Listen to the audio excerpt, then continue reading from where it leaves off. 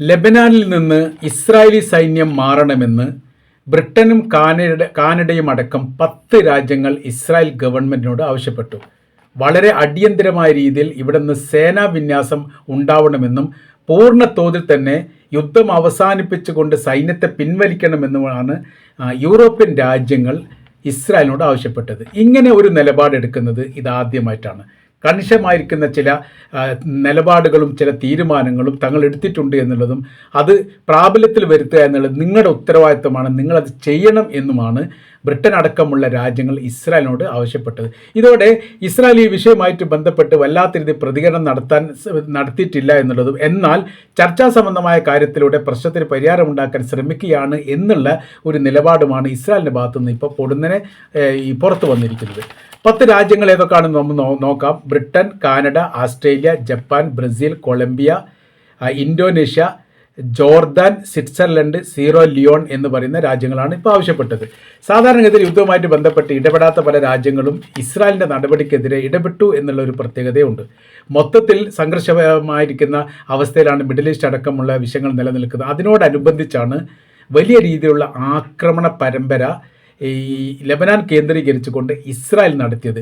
കാര്യം കരാർ വ്യവസ്ഥ ഉണ്ടാക്കി, ഇറാനും അമേരിക്കയും തമ്മിൽ കരാർ വ്യവസ്ഥ ഉണ്ടാക്കി പ്രാബല്യത്തിൽ വന്നു എന്ന് പറഞ്ഞ അന്നത്തെ രാത്രി തന്നെ ഇസ്രായേൽ സൈന്യം ലെബനാനിൽ കയറി ആക്രമിക്കുകയും ഏകദേശം 100-ലധികം ആളുകൾ, ചില റിപ്പോർട്ടിനകത്ത് 350 എന്നൊക്കെ കാണുന്നുണ്ട്, അത്രയും ആളുകൾ കൊല്ലപ്പെടുകയും 100 ഇടങ്ങളിൽ ആക്രമണം നടത്തിയതായി ഇസ്രായേൽ സ്ഥിരീകരിക്കുകയും ചെയ്തു. ഇതോടുകൂടി ലോകത്താകമാനം വലിയ രീതിയിലുള്ള പ്രതിഷേധങ്ങളുണ്ടായി.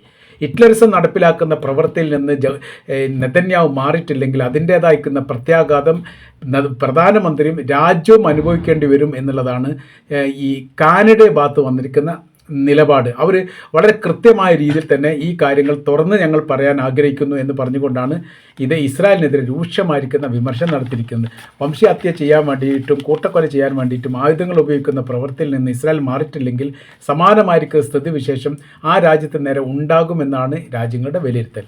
അതോടനുബന്ധിച്ച് അവരുമായിട്ട് ലെബനാനുമായിട്ട് ചർച്ച നടത്താൻ വേണ്ടിയിട്ട് തീരുമാനിച്ചത് 1993 ശേഷം ഇസ്രായേൽ ലെബനാനുമായി ചർച്ച നടത്തുന്നത് ഇതാദ്യമായിട്ടാണ് എന്ന് പറയുന്നു. ഇവിടെ മറ്റൊരു വിഷയം കാണുന്നത് ഇങ്ങനെയാണ്. രാജ്യങ്ങളുടെ ഭീഷണിക്കപ്പുറം ഹിസ്ബുള്ള ഗ്രൂപ്പിൻ്റെ കൈവശത്തിലേക്ക് വൻതോതിൽ ആയുധങ്ങൾ എത്തിയിട്ടുണ്ട് എന്ന റിപ്പോർട്ട് രഹസ്യമായ രീതിയിൽ ഇസ്രായേൽ ലഭിച്ചിരിക്കുന്നു. ഇറാൻ്റെ ഭാഗത്തു നിന്നാണ് ആയുധങ്ങൾ ലഭിച്ചതെങ്കിലും ചൈനയുടെയും റഷ്യയുടെയും എല്ലാം ആയുധങ്ങൾ ഈ കൂട്ടത്തിൽ ഉണ്ട് എന്ന് സംശയിക്കപ്പെടുന്നു. അതിശക്തമായിരിക്കുന്ന ആയുധങ്ങൾ ഏത് തരത്തിലാണ് എത്തപ്പെട്ടത് എന്നതിനെക്കുറിച്ച് വിവരമില്ല. എന്നാൽ അവരുടെ ഈ ആയുധ സംഭരണി നിറഞ്ഞിരിക്കുന്നു എന്നുള്ളതും വലിയൊരു മാരക യുദ്ധത്തിന് തയ്യാറെടുക്കുന്നു എന്നുകൂടി അറിഞ്ഞതോടുകൂടിയാണ് പിന്നീട് ഒരു യുദ്ധവിരാമത്തെക്കുറിച്ച് അല്ലെങ്കിൽ വെടിനിർത്തലുമായിട്ട് ബന്ധപ്പെട്ട കാര്യത്തെക്കുറിച്ച് ചർച്ച ചെയ്യാൻ വേണ്ടിയിട്ട് ഇസ്രായേൽ തീരുമാനിച്ചത്. തങ്ങൾ ഹിസ്ബുള്ള ഗ്രൂപ്പുമായിട്ടല്ല ചർച്ച ചെയ്യുന്നത്, ലെബനാൻ സർക്കാരുമായിട്ടാണ് ചർച്ച ചെയ്യുന്നത് എന്നൊക്കെ പറയുന്നുണ്ടെങ്കിലും രഹസ്യമായ രീതിയിൽ ഹിസ്ബുള്ള ഗ്രൂപ്പുമായിട്ട് ചർച്ച ചെയ്തുകൊണ്ട് വെടിനിർത്തലിൻ്റെ സ്വഭാവത്തിലേക്ക് കാര്യങ്ങൾ എത്തിക്കുക എന്നുള്ളത് ഇസ്രായേലിന് ആവശ്യമായി വന്നിരിക്കുകയാണ്. കാര്യം അവർ പറയുന്നത് ഇങ്ങനെയാണ്. ഇന്നത്തെ ലോക രാഷ്ട്രീയം നോക്കുന്ന സമയത്ത് ഇറാനും അമേരിക്കയും തമ്മിൽ ഏറെക്കുറെ ഒരു കരാർ വ്യവസ്ഥയിലേക്ക് കാര്യങ്ങൾ എത്താൻ വേണ്ടി പോവുകയാണ്.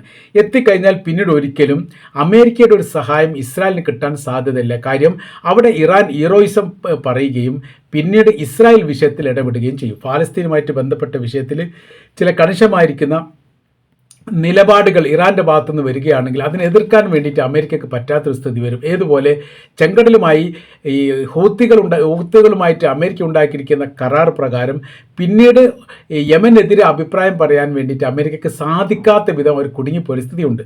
ചെങ്കടൽ കേന്ദ്രീകൃതമായിരിക്കുന്ന കരാർ വ്യവസ്ഥ എന്ന് പറഞ്ഞാൽ അമേരിക്കയുടെ കപ്പലിനെ ആക്രമിക്കില്ല എന്ന് മാത്രമേ ഉള്ളൂ. ഇപ്പോൾ മറ്റുള്ള കപ്പലിനെ ആക്രമിക്കാൻ തടസ്സം നിൽക്കുന്ന രീതിയിലല്ല കരാർ വ്യവസ്ഥ. അതിനാൽ തന്നെ ഈ വിഷയമായിട്ട് ഈ ചെങ്കടലുമായിട്ട് ബന്ധപ്പെട്ട കാര്യത്തിൽ ഇടപെടാൻ വേണ്ടിയിട്ട് യഥാർത്ഥത്തിൽ അമേരിക്കയ്ക്ക് സാധിക്കാത്ത രീതിയിലുള്ള പ്രതിസന്ധി വന്ന പോലെ തന്നെ ഇസ്രായേലിന് നേരെയും അത് വരാൻ സാധ്യതയുണ്ട്. അമേരിക്കയും ഇറാനും തമ്മിലുള്ള വിഷയങ്ങൾ അവസാനിച്ച് കഴിഞ്ഞാൽ പിന്നീട് ലെബനാനിലേക്ക് കടന്നു കയറുന്ന ആക്രമണത്തെ പ്രതിരോധിക്കാൻ വേണ്ടി ഹിസ്ബുള്ള ഗ്രൂപ്പിന് ആയുധങ്ങൾ നൽകാൻ വളരെ എളുപ്പത്തിൽ ഇറാന് സാധിക്കും. അതവർ ചെയ്യുകയും ചെയ്തിട്ടുണ്ട് എന്ന് മാത്രമല്ല പല സൈനികപരമായിരിക്കുന്ന സഹായങ്ങൾ നൽകിയിട്ടുണ്ട് എന്ന റിപ്പോർട്ട് പോലും പുറത്തു വരുന്നു. എത്രത്തോളം ഈ ഇസ്രായേലിൻ്റെ കൈവശത്തിൽ ആയുധങ്ങളുണ്ട്, അവർക്ക് പ്രതിരോധശേഷി എത്രത്തോളം ശക്തമാണ്, എത്രത്തോളം നമ്മുടെ ആയുധം കൊണ്ട് അതിനെ പ്രതിരോധിക്കാൻ സാധിക്കും എന്ന കാര്യത്തെക്കുറിച്ച് കൃത്യമായ രീതിയിൽ പഠിക്കുകയും മനസ്സിലാക്കി അതിനനുസരിച്ച് ആയുധ ക്രമീകരണങ്ങൾ നടത്തുകയും ചെയ്ത രാജ്യമാണ് ഇറാൻ. അങ്ങനെയാകുന്ന സമയത്ത് തീർച്ചയായിട്ടും അവരെ പേടിക്കേണ്ടതുണ്ട്. അപ്പോൾ ഇറാനും അമേരിക്കയും തമ്മിൽ കരാർ വ്യവസ്ഥ പൂർത്തിയാകുന്നതോടനുബന്ധിച്ച് തന്നെ ലെബനാനും ഇസ്രായേലും തമ്മിലുള്ള കരാർ വ്യവസ്ഥ പൂർത്തിയാകും എന്നുള്ളത് രണ്ടും തമ്മിൽ, അല്ലെങ്കിൽ ഈ 4 സംഭവങ്ങളും തമ്മിൽ ബന്ധിപ്പിക്കുന്ന എന്തോ ചരട് ഇതിൻ്റെ പിന്നിൽ പ്രവർത്തിക്കുന്നു എന്നുള്ളതാണ്. അമേരിക്കയ്ക്ക് കീഴ്പ്പെടുത്താൻ സാധിക്കാത്ത ഇറാൻ എന്ന് പറയുന്ന രാജ്യം നിലനിൽക്കുമ്പോൾ തങ്ങളെ സംബന്ധിച്ചിടത്തോളം തങ്ങളുടെ നിലനിൽപ്പ് സാരമായിട്ട് ബാധിക്കും എന്ന് ഇസ്രായേൽ തന്നെ കണക്കുകൂട്ടുന്നു. ഇപ്പോൾ യുറേനിയം സമ്പുഷ്ടീകരണവുമായിട്ട് ബന്ധപ്പെട്ട കാര്യത്തിന് ഏറെക്കുറെ പരിഹാരം ഉണ്ടാകാൻ വേണ്ടി പോവുകയാണ്.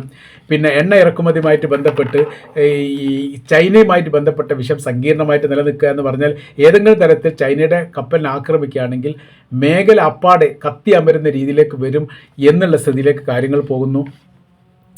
11 ലക്ഷം കോടിയുടെ ഇറാൻ്റെ കടബാധ്യത എഴുതി തള്ളാൻ വേണ്ടിയിട്ട്, അല്ലെങ്കിൽ ഇറാൻ്റെ കടബാധ്യത പണം റിലീസാക്കി കൊടുക്കാൻ വേണ്ടിയിട്ട് അമേരിക്ക തീരുമാനിക്കുന്നിടത്തേക്ക് കാര്യങ്ങൾ പോകും. ഇതിൽ നിന്ന് മനസ്സിലാക്കേണ്ട കാര്യം പ്രശ്നം 100% പരിഹരിക്കാൻ പോവുകയാണ്. കാര്യം ഇതിങ്ങനെ മുന്നോട്ട് പോയാൽ ഒരിക്കലും നിലനിൽക്കാൻ വേണ്ടി സാധിക്കില്ല. ലോകത്തിലെ സാമ്പത്തിക വിപണിയെ സാരമായിട്ട് ബാധിക്കുകയും എല്ലാ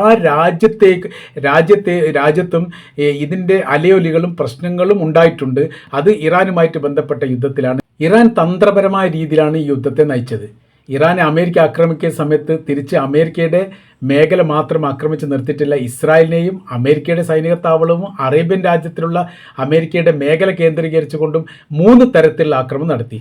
ഇപ്പോൾ ഈ ചൈനക്കെതിരെ അമേരിക്ക പറഞ്ഞിരിക്കുന്ന കാര്യം ഇറാനിൽ നിന്ന് എണ്ണ വാങ്ങുന്നത് അനുവദിക്കുകയില്ല എന്നുള്ളതാണ്. എണ്ണ നൽകുന്ന പ്രവർത്തനങ്ങൾ നിർത്തിവെപ്പിക്കാനുള്ള നടപടിയെടുക്കൂ എന്നുള്ളതും അത്തരം കാര്യത്തിൽ നിന്ന് ചൈന പിന്മാറണമെന്നും അമേരിക്ക ചൈനയോട് ആവശ്യപ്പെട്ടു.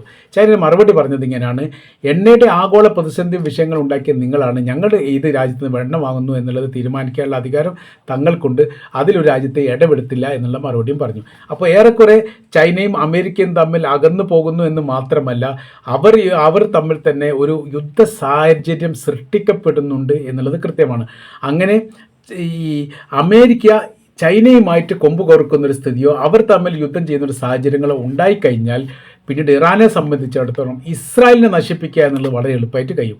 കാര്യം ഇറാനെയും കൂടി ആലോചിക്കാനുള്ള, അല്ല ഇറാനെതിരെയും കൂടി യുദ്ധം ചെയ്യാനുള്ള കപ്പാസിറ്റി നിലവിൽ ഈ അമേരിക്കയുടെ സൈനികർക്കില്ല. ആയുധങ്ങളുണ്ട് എന്നല്ലാതെ അതിനുള്ള മാനസികപരമായിരിക്കുന്ന ഒരു ധൈര്യം ചോർന്നു പോയിരിക്കുന്നു എന്ന് സംശയിക്കുന്നു. അപ്പോൾ അങ്ങനെയൊക്കെ ആവുന്ന സമയത്ത് ഇസ്രായേൽ ഇപ്പോൾ മനസ്സിലാക്കുന്ന കാര്യം, ഏതെങ്കിലും തരത്തിൽ അമേരിക്ക തങ്ങൾക്ക് സഹായം നൽകുന്നത് നിയന്ത്രിക്കുകയോ കുറവ് വരുത്തുകയോ ചെയ്താൽ പിന്നീട് ഈ മേഖലയിൽ നിലനിൽക്കുക എന്നുള്ളത് വലിയ പ്രയാസമാണ്. അതുകൊണ്ട് സമാധാനമായിരിക്കുന്ന ഒരു വിഷയത്തിലൂടെ പ്രശ്നം തീർക്കുകയായിരിക്കും ഏറ്റവും ഉചിതം എന്ന് മനസ്സിലാക്കിയതിൻ്റെ അടിസ്ഥാനത്തിലാണ് ഈ കരാർ വ്യവസ്ഥയ്ക്ക് തയ്യാറാകുന്നത് എന്നാണ് മനസ്സിലാക്കാൻ വേണ്ടി പറ്റുന്നത്. മറ്റൊരു തരത്തിൽ ഈ വിഷയം ഇങ്ങനെ കൂടി പറയുന്നുണ്ട്: ഈ സംസാരിക്കുന്ന സമയത്തെല്ലാം ഇറാൻ ലെബനാനെക്കുറിച്ച് സംസാരിക്കുന്നുണ്ട്. അപ്പോൾ അതിന് ബദലായിട്ട് അമേരിക്കയുടെ പ്രസിഡൻ്റായിരിക്കുന്ന വൈസ് പ്രസിഡന്റ് വിൽസൺ പറഞ്ഞിരിക്കുന്ന കാര്യം ഇങ്ങനെയാണ്: നിങ്ങൾ ലെബനാനുമായിട്ട് ബന്ധപ്പെട്ട വിഷയം നമ്മുടെ കരാർ വ്യവസ്ഥയുടെ ഭാഗമായിട്ടുള്ളതല്ല, അത് പുറത്തുള്ളൊരു കാര്യമാണ്, അത് ഈ കൂട്ടത്തിൽ പറയേണ്ട കാര്യമില്ല എന്നുള്ളത്. അതിന് ഇറാൻ പറഞ്ഞിരിക്കുന്ന മറുപടിയും പ്രസക്തമാണ്. ഇസ്രായേലിന് വേണ്ടി നിങ്ങൾക്ക് സംസാരിക്കാമെങ്കിൽ നിങ്ങളുടെ ഭാഗമല്ലാത്ത ഇസ്രായേൽ, നിങ്ങളുടെ രാജ്യമൊന്നും അല്ലല്ലോ ഇസ്രായേൽ എന്ന് പറയുന്നത്, അത് സെപ്പറേറ്റ് ആയിരിക്കുന്ന വേറെ രാജ്യമല്ലേ. ഏതൊരു സമയത്ത് സംസാരിക്കുന്ന സമയത്തും ഈ ഇസ്രായേലിനെ കുറിച്ച് നിങ്ങൾ കൂട്ടിയാണ് സംസാരിക്കാറുണ്ട്, അതൊരു യാഥാർത്ഥ്യമാണ്. അപ്പോൾ ഇസ്രായേലിന് വേണ്ടിയിട്ട് നിങ്ങൾക്ക് സംസാരിക്കാമെങ്കിൽ ലെബനാന് വേണ്ടിയിട്ട് ഇറാന് സംസാരിക്കാം. നിങ്ങൾ ഇസ്രായേലിനെ സഹായിക്കാതിരിക്കുമോ, ഞങ്ങൾ ലെബനാനെ സഹായിക്കുന്നില്ല എന്ന് പറഞ്ഞ സമയത്ത് യഥാർത്ഥത്തിൽ അമേരിക്കയുടെ വൈസ് പ്രസിഡന്റ് മറുപടി പോലും പറയാനില്ലാത്തൊരു സ്ഥിതിയിലേക്ക് വന്നു. അപ്പോൾ എല്ലാ ഭാഗങ്ങളും അടച്ചുകൊണ്ടുള്ള ഒരു യുദ്ധതന്ത്രമാണ് ഇറാൻ ഇവിടെ പ്രയോഗിച്ചത്. അതുകൊണ്ടാണ് വിജയിച്ചത്. നേരെ അമേരിക്കയും ഇറാനും തമ്മിലാണ് ഏറ്റുമുട്ടുന്നതെങ്കിൽ വല്ലാതെ ദിവസം കഴിയുന്നതിന് മുമ്പ് ഇറാൻ പരാജയപ്പെടും എന്ന കാര്യത്തിൽ സംശയമില്ല. പക്ഷേ അങ്ങനെയല്ല.